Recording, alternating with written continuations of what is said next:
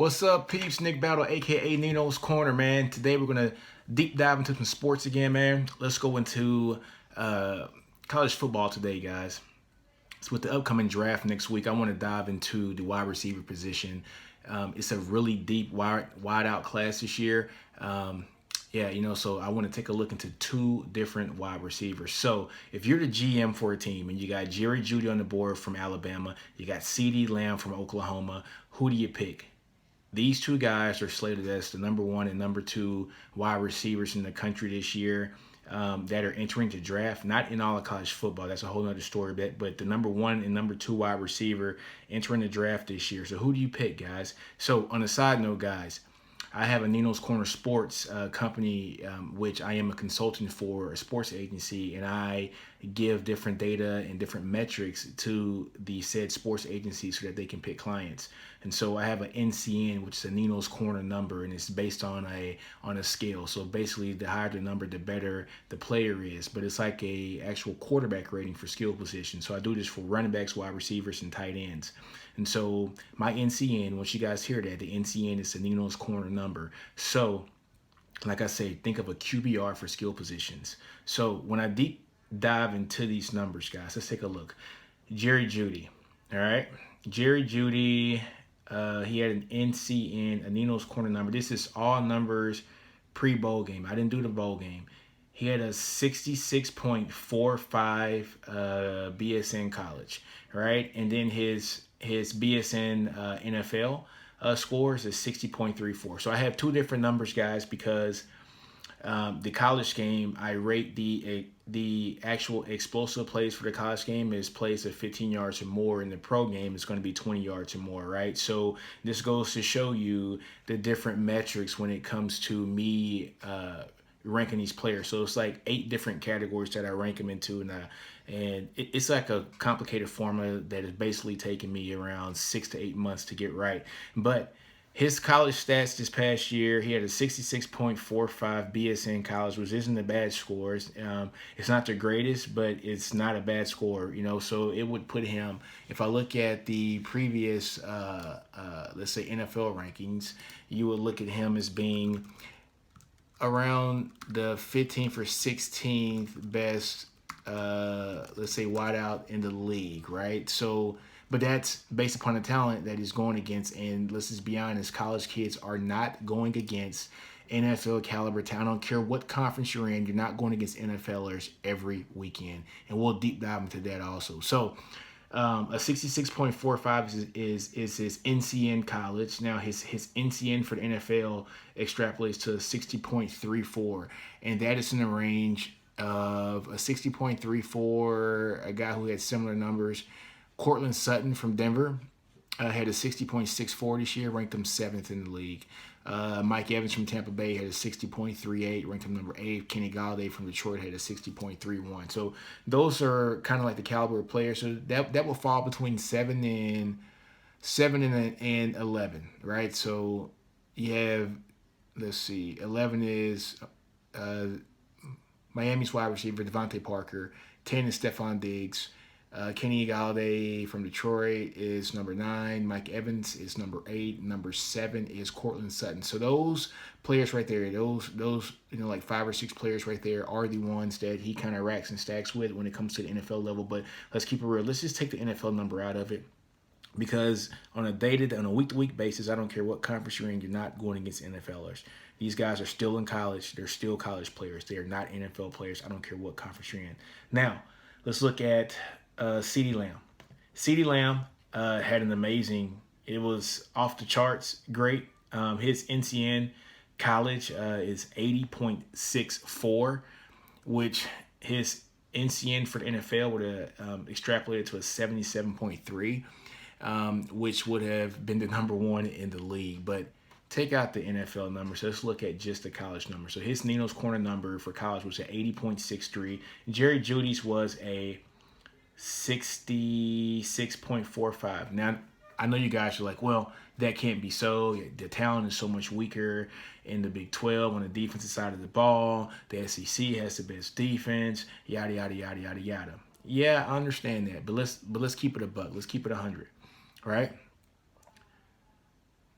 Jeudy had Tua Tagovailoa throwing him the ball for the majority of the season. And then when he got hurt, they had the backup come in. All right. CeeDee Lamb had Hurts throwing him the ball. So he was Bama's second stringer. And Bama, you guys know, all the Bama fans, which my wife, she's from Alabama. She's from Greene County, Alabama. All my in-laws are Alabama. They're Roll Tide fans. And we get into discussions about this all the time. We have a great conversation about this. Now, Alabama fans, you guys know, Tua is light years better than Jalen when it comes to throwing the ball. It is what it is, right? We all know that. Also, let's keep it 100. Jeudy was on an all-star team, right? He was on an all-star team. So his numbers are a little lower because he's on an all-star team. He didn't even lead this team in receptions he led the team in receptions, but not in receiving yards. Devontae Smith led in receiving yards, and he had a higher average per catch, and he had more touchdowns. And so he didn't come out for the draft this year, which I think he should have. Henry Ruggs was their third best receiver. So, all three of those guys were taking catches away from each other. But when you have an all-star cast of receivers like that, you just can't double one guy. You can't double a Jeudy because you got Devontae Smith out there. You can't double a Jeudy because you have a Henry Ruggs out there. And now let's go look at Oklahoma's receivers. You got CeeDee Lamb, and the next guy is Charleston Rambo, and he was nearly 600 yards less yardage total than CeeDee Lamb. CeeDee Lamb was their number one option. So everybody knew where the ball was going. There were double teams on him almost every play. That was Jalen's safeguard. And not only was he his safety net, Oklahoma lost their tight end early in the season. So he was a great player that he didn't play at all. He didn't play at all because he got hurt. So you had a guy like CeeDee Lamb who's pretty much carrying the team on his back. 62 receptions, 1,327 yards. He averaged 21 yards a catch. Jeudy averaged, 11. Now he averaged 15.1 yards a catch. Okay? I know everybody's going to say different conferences, but let's keep it honest. CeeDee Lamb had a harder matchup every night. When I mean a harder matchup every night, he was getting the best guy 24/7, and all the time, two people on him. Now, let's break this down a little bit more. I'm not saying CeeDee Lamb's better than Jeudy. If I'm a GM, I don't know who I'm going to pick. If I'm a GM, I would be hoping that Chase from LSU would be available to be drafted because I think he's the best wide receiver in college football last year, and it showed because he won the award last year as the best actual wideout in college ball last year, and I think he's just the overall best wide receiver in the league. In college football. But who would you pick? I like Jeudy a lot. I think Jeudy is amazing. Once he catches the ball, he's amazing at getting yards after catch. But so is CeeDee Lamb. I think CeeDee Lamb's a little bit more shiftier. Jeudy can run some amazing routes, which I think that's going to help him a lot. I think that's going to probably separate him in the league when he gets in there. His route running is impeccable. But CeeDee Lamb's route running is not bad at all. And let's keep it 100. CeeDee Lamb is a big, rangy receiver, 6'2", 190 pounds or so. A hell of a season this year, 1,300 yards. I know it's in the wide open Big 12. But last year, he was the second best wide receiver on the team last year. And that second best wide receiver was only to Hollywood Brown. So we all know that Hollywood Brown is now playing on Sundays for the Baltimore Ravens, and he had a monster season prior to getting hurt. But CeeDee still put up a bunch of yards in an Oklahoma offense, but starting next to the first round draft pick for the Baltimore Ravens. Now, I know people want to say, well, Jeudy had tougher competition. Yes, he did. I will definitely say that. He had tougher competition. But really, did he? Because let's go take a look at this Alabama schedule. And I know my in-laws are going to kick my butt when I talk about this schedule, but Jeudy had 3 games in the regular season. I'm sorry, 4 games where he had over 100 yards receiving. And those 4 games were against Duke, New Mexico State. Who else? Arkansas. Might be the worst team in the SEC. And Mississippi State. Okay? Now, the remaining 8 games on the schedule, he did not break 100 yards. He got close against Southern Miss. He got close. But that's Southern Miss. In the games where it counted, where I think Alabama needed them, were against the LSUs, the Auburns. I think those are the only 2 tough games they had this year on the schedule. Let's keep it 100. LSU and Auburn. Alabama's schedule is not that tough this year, guys. Let's be honest. Duke, New Mexico State, South Carolina, not good. Southern Miss, they're not good. Mississippi wasn't good this year. Texas A&M, they weren't good this year. Tennessee wasn't good this year. Arkansas wasn't good this year, guys. Come on now. LSU, champion. Awesome. Mississippi State, they were all right. Who's WCU? Is that Western? It's the warm-up game they played before Auburn. They weren't good. And then you had Auburn. So they had Auburn and LSU were probably the 2 toughest games that they had this year. And they're the games that you need your playmakers to step up and make plays. And that was not the case for CeeDee. I'm sorry, not for CeeDee Lamb, but for Jeudy. Against LSU, 5 catches, 71 yards. Against Auburn, 5 catches, 26 yards. Now, this is the toughest competition that he had to play this year. Let's name these other teams again. Duke, New Mexico State, South Carolina. South Carolina does have a nice DB. I forgot his name, but big, tall, rangy guy. But he's not that fast, though. But, like I said, Alabama has 3 guys that are going to be first-round draft picks. You're single covered, guys. You're single covered. Southern Miss, Mississippi, Texas A&M, Tennessee, Arkansas. Those are cakewalks, okay? LSU was not a cakewalk. 5 catches, 71 yards. Mississippi State, they won the game. They should have. Hit 114 yards against Mississippi State. WCU, I don't know who they are. Western, Central, I don't know. But then they had Auburn, right? Auburn's 5 catches for 26 yards.